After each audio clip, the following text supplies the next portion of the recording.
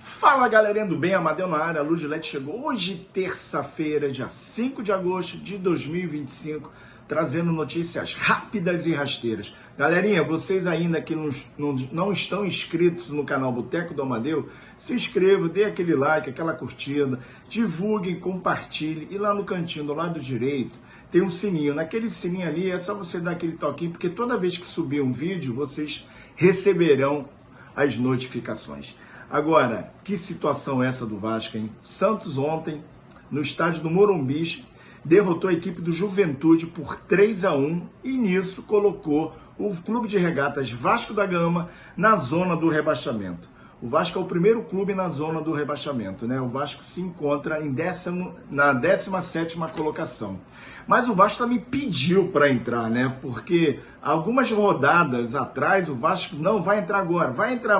Mas aí os adversários ainda ajudavam a equipe do Vasco da Gama.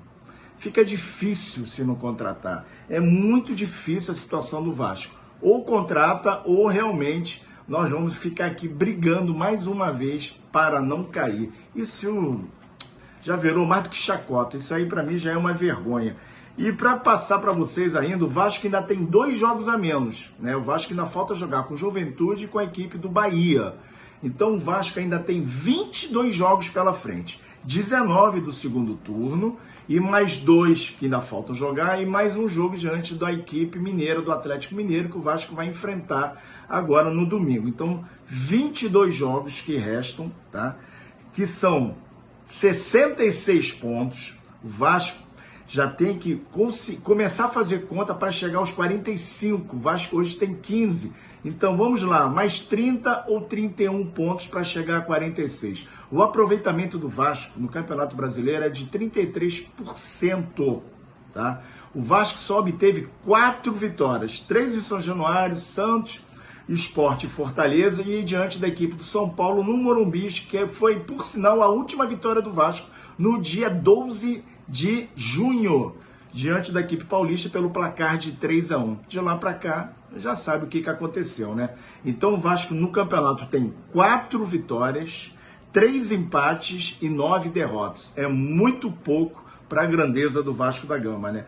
E eu queria também passar para vocês que 2 jogadores que são sub-20, mas sempre estão na equipe principal, que é o nosso Leandrinho, lateral esquerdo, e o nosso zagueiro Luiz Gustavo. Eles se apresentaram hoje no CT Joaquim Grava, o CT do Corinthians, lá em São Paulo, para partidas amistosas. Com isso, os 2 atletas não vão estar relacionados e nem enfrentarão a equipe do CSA quinta-feira e a equipe do Atlético Mineiro, em São Januário, às 16 horas, no domingo, no Dia dos Pais. Então, olha a ver como é que está a situação do Vasco, hein? Já vamos ficar sem um reserva para o Lucas Piton, que não vai enfrentar a equipe mineira do Atlético Mineiro, e também o Luiz Gustavo, que está sempre sendo relacionado e será também um desfalque na lista dos relacionados, né?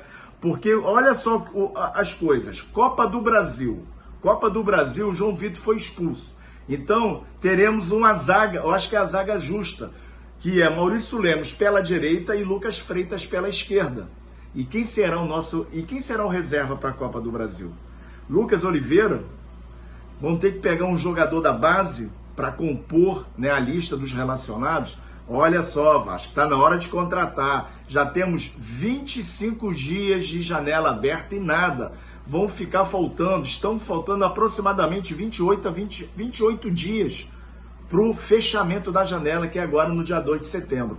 Tá ficando complicado. Realmente, olha, vamos ter que ir com Vitor Luiz diante da equipe mineira.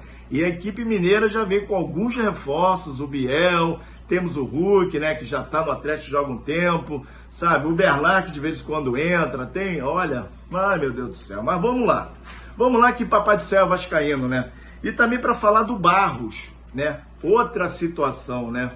Muito mal planejada, realmente o planejamento, né?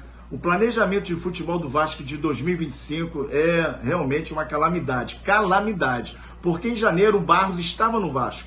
O Vasco empresta o atleta para o América Mineiro e o que acontece? O Vasco agora repatriou o Barros, tá? O Barros já foi aprovado nos exames médicos, provavelmente amanhã ele deve estar assinando o seu contrato e vai ter um aumento, né, no seu contrato que se encerrava em dezembro de 2026, passou agora para dezembro de 2027. E também um aumento salarial, né, e as luvas, né? O jogador já estava no Vasco. O Vasco poderia ter ficado com o Cauã Barros. Até porque em janeiro já estava lá Esforza, Cocão, Jair, Paulinho. Não, mas aí resolveram emprestá-lo e agora repatriar, ainda vão pagar mais. O atleta do Vasco. Mas, haja paciência, haja paciência. E uma outra situação também. Há 6 dias atrás, o Volta Redonda anunciou o empréstimo, né? O contrato de empréstimo do nosso zagueiro Lincoln, da base do Vasco, cria do Vasco, que vai esse empréstimo até o final da temporada de 2025. Só que hoje o Vasco solta uma nota no grupo de imprensa dizendo que o empréstimo do zagueiro Lincoln com Volta Redonda vai até dezembro. Então, quer dizer, levaram 6 dias para o Vasco poder falar isso. O Volta Redonda já antecipou, o Volta Redonda já tirou foto com o atleta, já botou nas suas redes sociais. Aí realmente é complicado, gente. Aí não dá. E uma outra situação. Amanhã teremos uma reunião a respeito uma reunião do Conselho Consultivo de São Januário, tá? O dia se manteve, que é dia 6, o horário que mudou. O horário agora é às 10h30. Estarão presentes lá o vereador vascaíno Pedro Duarte, pelo Partido Novo. É um grande vascaíno que está aí imbuído dessa situação, com o nosso Renato Brito também, um cara, sabe, inteligente, um cara honesto, também que está aí imbuído nessa situação. Teremos também o secretário de esporte, o pessoal ali da Barreira do Vasco. Então amanhã às 10h30, em São Januário, teremos essa terceira reunião, né, do Conselho Consultivo de São Januário. E para finalizar, gente, eu queria muito aqui falar. Vocês lembram lá na coletiva do presidente Pedrinho, quando eu perguntei ao Pedrinho e o nosso amigo Carlos Amodeu a respeito se haveria alguma possibilidade ou se o Vasco já tinha feito alguma antecipação de receita? Então, saiu agora, né, na Justiça. A Justiça acatou o pedido do Vasco, pedindo a liberação, né, desses 21.200.000 reais, que é a respeito da venda do Cleiton para o Rio Ave e do Orediano do Cincinnati para o Cincinnati. Então estará entrando aí nos cofres do Clube de Regatas Vasco da Gama 21.200.000 reais. Aí já pode também dar uma ajuda aí, né? Quem sabe contratar um jogador, porque olha, até o Andrés Gomes parece que emperrou. O nosso Admar Lopes esteve lá na Europa, já chegou, inclusive já esteve lá na partida diante da equipe do Mirassol, lá no interior paulista, e até agora ninguém fala nada, todo mundo mudo, e agora vamos aguardar cenas dos próximos capítulos. Valeu, galerinha? Um beijo no coração, fique com Deus, e amanhã estarei aqui firme e forte. Tchau, tchau.